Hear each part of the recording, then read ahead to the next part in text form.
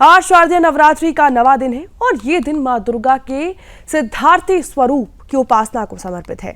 शास्त्रों की माने तो मां सिद्धार्थी को सभी सिद्धियों की देवी कहा गया है।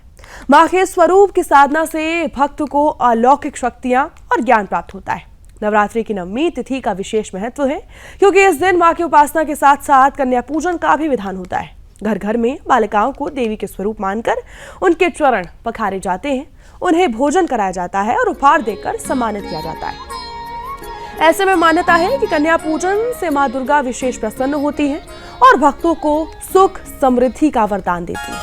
आज देश भर के मंदिरों में श्रद्धालुओं की भारी भीड़ पहुंची है। जगह जगह हवन हो रहे हैं, पूजन हो रहे हैं, दुर्गा पाठ का भी आयोजन किया जा रहा है। भक्तों के जयकारों से वातावरण गूंज चुका है। ऐसे में मां सिद्धात्री की उपासना से जीवन की हर बाधा दूर होती है, भक्तों को दिव्य सिद्धियों की प्राप्ति होती है। नवरात्रि की नवमी तिथि आस्था, शक्ति और भक्ति का ऐसा पर्व है जो हर सनातनी के लिए दिव्यता का अनुभव कराता है।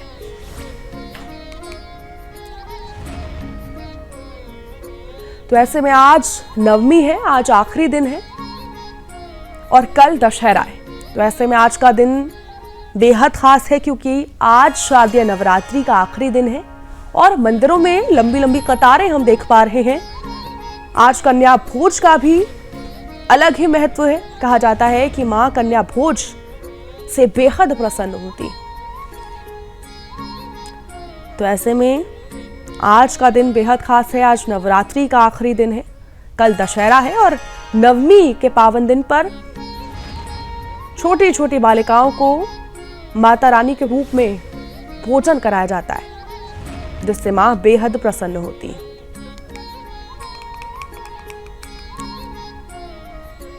तो ऐसे में आज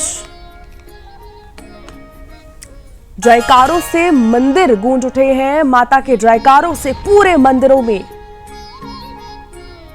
सिर्फ मां की आवाज सुनाई दे रही, मां के जयकारे सुनाई दे रहे हैं। सुबह से ही मंदिरों में लंबी कतारें लगी हैं, पूजा अर्चना की जा रही है।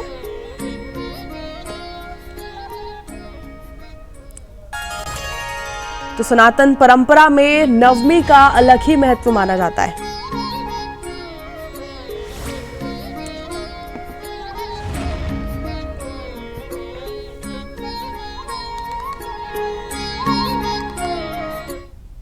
तो हमारे साथ बात करने के लिए ज्योतिषाचार्य डॉक्टर सपना शुक्ला जी जुड़ चुकी हैं, साथ ही ज्योतिषाचार्य अमित पांडे जी भी जुड़ चुके हैं, साथ ही हमारे संवाददाता मुंबई से प्रभाकर गिरी जुड़ चुके हैं। आपका बहुत बहुत स्वागत है सुदर्शन न्यूज पर।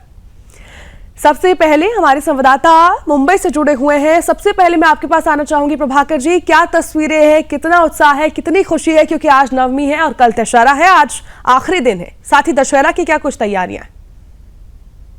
कि नवमी को लेकर के आप देख सकते हैं मेरे पीछे जो मंदिर में जस्ट अभी कुछ ही देर पहले यहाँ पे आरती हुई है और आप यहाँ पर लोगों की कतार भी आप देखते हैं, कितने लोग हैं यहाँ पर, तांता लगा हुआ है लोगों का। अभी आरती समाप्त भी नहीं हुआ है, कुछ समय बाकी है, अभी 5 मिनट कुछ है कुछ यहाँ पे समय। और यहाँ की जो स्थिति जो है, जितना यहाँ पर आपको दिख रहा है उससे ज्यादा कहीं लोग बाहर भी खड़े हैं। तो ये मंदिर की प्रांगण जो है, यहाँ पर जो है भक्त रोज यहाँ पर इसी तरह से इससे कहीं ज्यादा या इतनी ही मात्रा में यहाँ पर आपको लोग देखने मिलेंगे।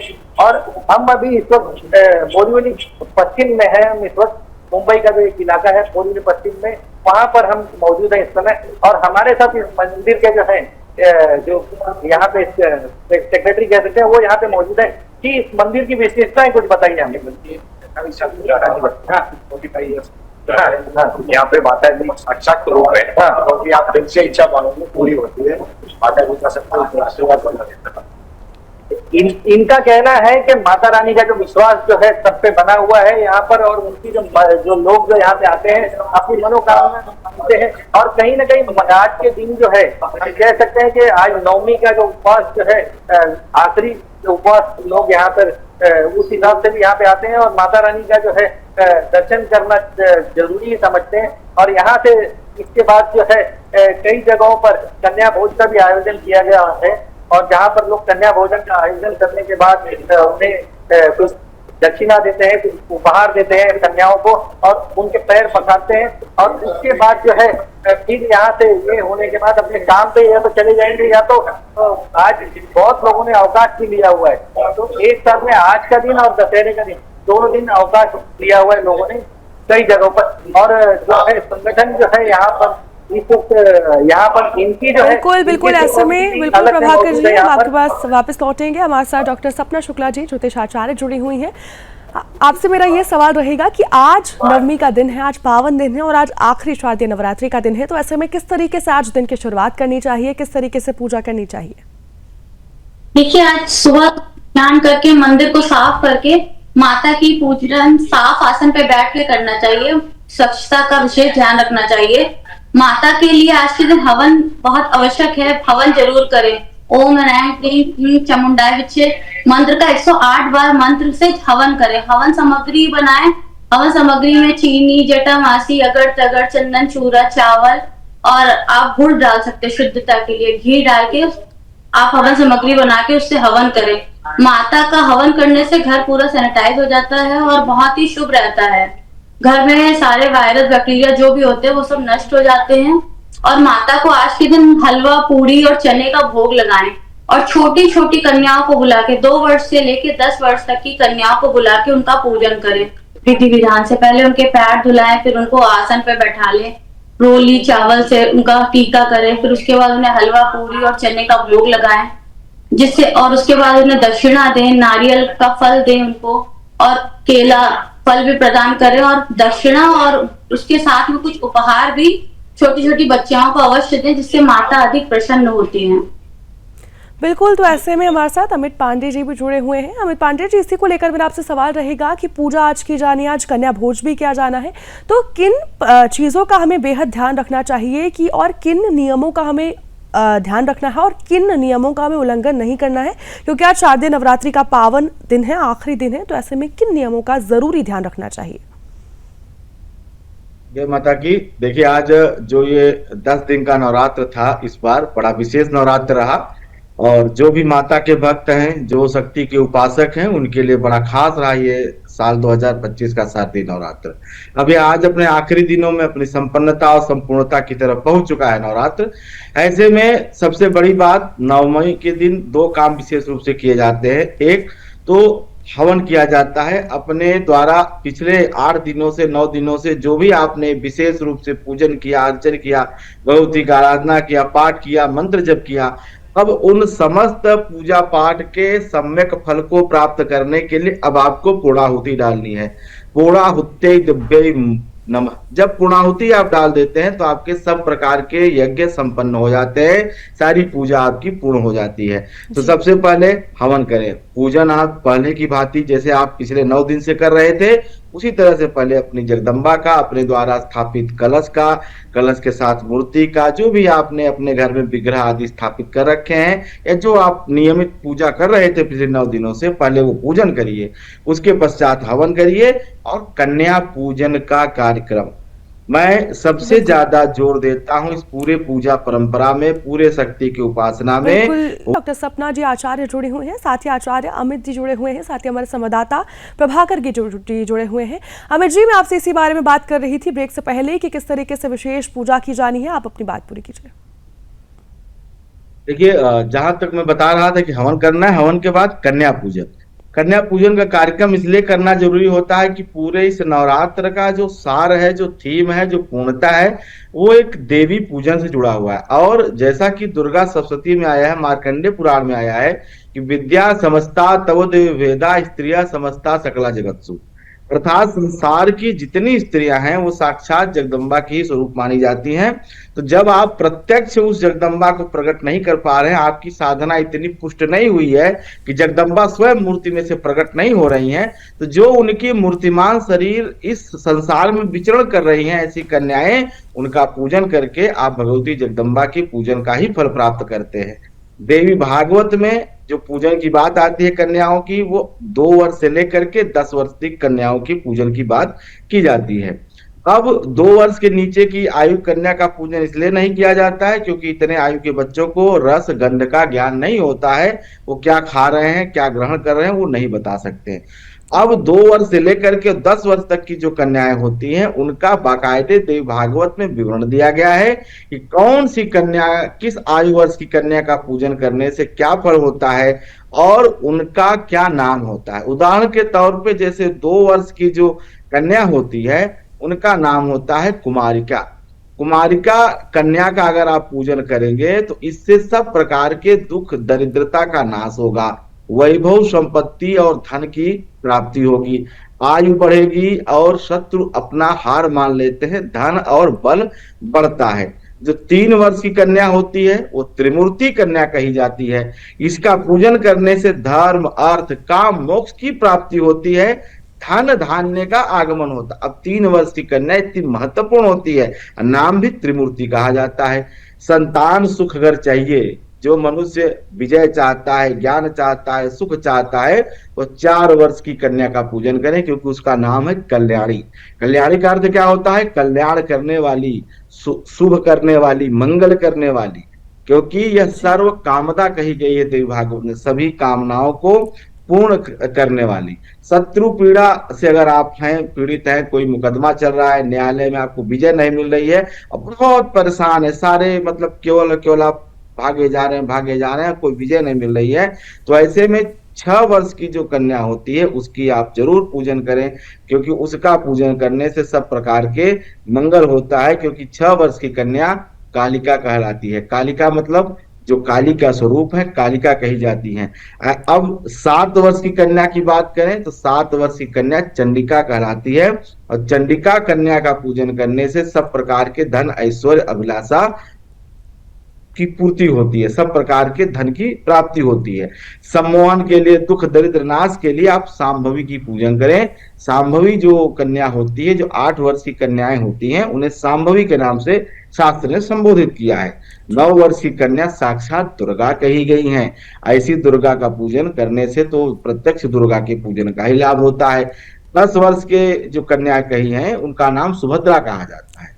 अब सुभद्रा नाम की जो कन्याएं होती है, अर्थात जिसकी आयु 10 वर्ष तक का है, उनका पूजन करने के लिए आपको फल रोगनाश के रूप में मिलेगा, आपके रूप में विजय मिलेगी, आपको फल के रूप में सब प्रकार की मनोकामनाएं पूर्ण होंगी, संतान सुख की प्राप्ति होगी, ऐश्वर्य, विजय इत्यादि इत्यादि चीजें जो दुर्गा की कृपा से संभव है, वो सारा फल आपको 10 वर्ष की कन्या जिसका नाम सुभद्रा होता है, शास्त्र में उन्हें श्रेणीबद्ध किया गया है, उनका अगर पूजन करें तो जितनी 10 वर्ष की कन्याएं हैं वो सब सुभद्रा कही जाती है और उनके संबोधन में भी सुभद्रे कहा जाता है। ये सुभद्रा जो कन्याएं होती हैं उनका पूजन करने से ये दुर्गा का ही पूजन का फल माना जाता है। उनका पूजन करने से सब प्रकार की कृपा प्राप्त होती है। बिल्कुल, ऐसे में आपने बताया कि किस तरीके से पूजा की जा सकती है और ऐसे में हमारे संवाददाता जो है वो जुड़े हुए हैं लगातार तस्वीरें दिखाने के लिए कि कितना उत्साह हम देख पा रहे हैं नवमी के पर्व पर। तो ऐसे में प्रभाकर जी, क्या तस्वीरें हैं, साथ ही जो हवन है शुरुआत, क्या हवन की शुरुआत हो चुकी है और कितनी भीड़ अभी मंदिरों में पहुंचेगी? शुरुआत हो चुकी है, यहीं पर मेरे बगल में जो है हवन कुंड है यहाँ पर, और लोग उसकी जो है परिक्रमा कर रहे हैं। आप देख सकते हैं मेरे बगल में ही है यहाँ पर, और यहाँ पर जो है लोग जो है इसकी परिक्रमा कर रहे हैं और उसके बाद जो है जो माता रानी के आशीर्वाद देने के बाद इसी हवन का परिक्रमा कर रहे हैं वो लोग और फिर यहाँ से फिर बाहर जा रहे हैं। जी, मैं आपको बता दूं कि यहाँ पर जो आज का दिन जो है, आज के दिन के उत्साह जो आप देख सकते हैं, मेरे पीछे जो लोग जो आ रहे हैं, और अभी आपको मैंने जिस तरह बताया था पहले कुछ समय पहले कि आरती चल रही थी, आरती हुई और अब जो है लोगों की तादाद जो है थोड़ी कम हो गई है क्योंकि आरती के बाद अभी मंदिर की पूरी परिक्रमा चल रही है और हवन कुंड के बाद मंदिर की परिक्रमा कर रहे हैं और लोग यहाँ पर भारी मात्रा में अभी भी यहाँ पर मौजूद है। जी, और कुछ हमें जरा मंदिर के बारे में कुछ बताइए जरा। यहाँ पे ये मंदिर 45 साल पुराना है। यहाँ पे माता जी का साक्षात रूप है। आप इनसे जो भी मांगोगे आपकी हर मनोकामना पूरी होती है। और कुछ विशेषताएं बताइए। मंदिर में हर गुरुवार रविवार को भंडारा होता है, 250 से 300 लोग खाना खाते हैं और वो भी जरूरतमंद लोगों को यहाँ पर सहायता आर्थिक जो भी सहायता दी जाती है। तो और यहाँ पर जो है और कोई विशेष दिन भी है जिस दिन पूजा अर्चना कुछ होती है यहाँ पे मंदिर में, या नवरात्रि को लेकर के ही सिर्फ इतने लोग यहाँ पे नजर आते हैं? नवरात्रि के दिन भी रहता है, और उसके अलावा जो भी जैसा सावन महीना रहता है वहाँ पे एक महीना में कथा चलती है, और अष्टमी की सात पूजा होती है, और आज तो नवमी है तो नवमी का भंडारा भी है और कन्या पूजन भी है। जी, उनके मुताबिक ये है कि यहाँ पर कभी भी यहाँ पर जो लोगों जो है भक्तजन जो है कभी यहाँ पर कमी नहीं होती है, और खास करके नवरात्रि और जो और भी जो कई जो माता के जो माता के जो समय जो बिल्कुल बिल्कुल, हम लगातार देख रहे हैं, तस्वीरें देख रहे हैं, आप दिखा रहे हैं, और आपने बात भी की कि किस तरीके से लगातार भीड़ लगी ही रहती है यहाँ पर। आचार्य सपना जी से मेरा सवाल है कि सबसे ज्यादा जो लोगों के मन में ख्याल होता है कि जो व्रत है, 9 दिनों का जो व्रत रखा जाता है, उसके बाद क्या कन्या पूजन के बाद ही व्रत खुल जाता है? क्योंकि अष्टमी पर भी आज नवमी है, कन्या पूजन होता है, क्या उसके बाद ही खुल जाता है या फिर पूरे 9 दिन के बाद, यानी कल से ये विधान ये जो माना जाएगा? देखिए, कुछ लोग नवमी को पारण कर लेते हैं और कुछ लोग विजयदशमी को पारण करते हैं। वैसे तो शास्त्र अनुसार तो विजयदशमी को ही पारण करना चाहिए। दशमी तिथि में ही पूर्ण व्रत माना जाता है। 9 दिन तक नवरात्रि पूरी 9 दिन तक ही चलती है जी। तो नवमी को भी व्रत करना चाहिए। माता का व्रत करने से अष्ट सिद्धियां प्राप्त होती हैं, और माता का जो है वो जो व्रत है वो 9वीं तिथि को ही पूर्ण होकर अष्टमी और 10वीं तिथि को ही पारण करना चाहिए। जी, ऐसे में आचार्य जी, अमित जी, क्या कम जब हमारे पास साधन होते हैं, कई लोग होते हैं क्योंकि आज हवन होना है, कम साधनों में पूजा करना चाहते हैं, तो उनके लिए आप क्या कहना चाहेंगे कि किस तरीके से पूजा कर सकते हैं माँ की? देखिए, कम साधन से एक बात याद आई कि कम साधन का रोना ही नहीं चाहिए पूजन में। साधन है नहीं है, क्योंकि जब आप अंत में क्षमा प्रार्थना करते हैं तो उसमें कहते आवाहनम न जानामि न जानाम विसर्जनम पूजा चई न जानामि क्षम्यताम परमेश्वरी, कि वस्तु और जो सामग्री की बात तो छोड़ दीजिए। भक्त कहता है कि आवाहनम न जानामि, मैं तो आवाहन ही नहीं जानता हूँ, पूजा ही नहीं जानता हूँ, कैसे विसर्जन है मैं वो भी नहीं जानता हूँ, न मंत्र जानता हूँ न यंत्र जानता हूँ, मैं तो कुछ जानता ही नहीं। तो सामग्री की बात ही तो इसके बाद शुरू होगी। जब भगवती की आराधना में इतनी आपको जो है छूट है कि आप जैसे भी करिए, एन केन प्रकार। देवी भागवत में कथा आती है कि एक गूंगा था, जो गूंगा अपने बाड़े में से अपने जानवर को भगाने के लिए एंग एंग करता था। एंग जिसे गूंगा बोलता है, एंग एंग एंग करता है, वो केवल एंग एंग करते करते भगवती के साक्षात दर्शन को प्राप्त किया। क्योंकि जो एंग मंत्र है यह भगवती का, सरस्वती का बीज मंत्र एंग है, और इसी नवरात्र के समय वो अपने बाड़े में से पशु को निकालने के लिए एंग एंग एंग करता रहा, और यह प्रक्रिया लगभग पूरी रात चली। उसके गूंगा बोल नहीं पाता था, उसके फलस्वरूप जगदम्बा ने उसको वरदान दिया। एंग एंग एंग करने से अगर आप केवल नाम जब एंग एंग एंग। आचार्य अमित जी जुड़े हैं, साथ ही आचार्य सपना जी जुड़ी हैं, साथ ही हमारे संवाददाता जुड़े हुए हैं। अमित जी, आप अपनी बात पूरी कीजिए, उसके बाद मेरा सवाल फिर सपना जी से रहेगा। मैं आपके प्रश्न का जवाब दे रहा था कि किस तरह से सामग्री के अभाव में जो उपलब्ध सामग्री है उसे पूजा करनी चाहिए। तो उसी क्रम में मैं बता रहा था कि अगर आपके पास सामग्री नहीं है, कुछ भी नहीं है, फिर भी अगर आप केवल जो भागवत के जो सारांश दिए हुए हैं, जो उनकी कथाएं पढ़ने को हमें मिलती हैं, उसमें एक भक्त का चर्चा है कि वह गूंगा था, बोल नहीं पाता था, और अपने बाड़े में से अपने जानवर को निकालने के लिए एंग एंग एंग एंग बोलता रहा। रात्रि भर इसी घटना में लगा रहा और जो है अपने पशु को निकालने का प्रयास करता रहा। इसके फलस्वरूप यह हुआ कि उस दिन नवमी की रात थी और जगदम्बा जो है प्रकट हो गई उसके सामने, और उसने कहा मैंने तो कुछ किया ही नहीं, आप क्यों प्रकट हो गई, क्या ऐसा मैंने अच्छा काम कर दिया? तो उन्होंने सिर्फ ये कहा कि आपने जो बीज अक्षर है, जो सरस्वती का बीज अक्षर मंत्र है एंग, उसका आपने रात भर जाने अनजाने में जप किया। तो कहीं ना कहीं ये एनर्जी है, ये साउंड की शक्ति है, ये मंत्रों की शक्ति है, ये हमारे शास्त्रों की सामर्थ्य की बात है कि अगर आप सिर्फ मन लगा करके जाने अनजाने जैसे भी अगर आप भगवती के बीजाक्षर का, उनके मंत्रों का, उनके स्त्रोत का ध्यान करते हैं तो किसी पूजन उपचार सामग्री की आवश्यकता नहीं है। रही बात जो आपके पास उपलब्ध पूजन सामग्री है, 16 प्रकार की पूजन सामग्री होती है, 16 प्रकार के पूजन की व्यवस्था की गई, जिसमें 3 प्रकार जो शुरू के क्रम में होते हैं, पाद्य अर्घाष्टमी, वो जल से किया जाता है। उसके बाद भगवत जो ध्यान और पूजन की बात जब आती है, फल, धूप, दीप, नैवेद्य, इत्र, परफ्यूम, सारी चीजें जो है ये सामग्री से, इसमें जो भी उपलब्ध सामग्री आपके पास है उससे आप पूजन करिए। जो उपलब्ध नहीं है उस पर शोक न करिए, उससे बिल्कुल चिंता मत करिए। भगवती की आराधना आपके भाव से होती है। भाव ही विद्यते ईश्वर, भाव ही प्रसन्नो ईश्वर, भाव से ही ईश्वर प्रसन्न होता है। ईश्वर को प्रसन्न करने के लिए न मंत्रम, न यंत्रम, न तंत्रम, न आवाहन, न विसर्जन, न ज्ञान, कुछ नहीं चाहिए। आपकी एक माला फूल, आपके एक प्रकार के किसी भी पूजन सामग्री का, ये तो हम अपनी श्रद्धा को पल्लवित पुष्पित करने के लिए, पुष्ट करने के लिए उस प्रक्रिया को करते हैं, ताकि हमारे जो लगन है, हमारा जो ध्यान है, वो भगवती के चरणों में लगा रहे। इस प्रकार से उस कर्मकांड की व्यवस्था का निर्माण किया गया है। दूध से, दही से, शहद से, चंदन से स्नान कराएं, फिर अच्छे वस्त्र पहनाएं, फिर अलंकार करें, फिर उसके बाद उनको धूप दीप नैवेद्य और नाना प्रकार की पकवान मिठाई बना के 56 भोग अर्पित करें। ये हम करते हैं।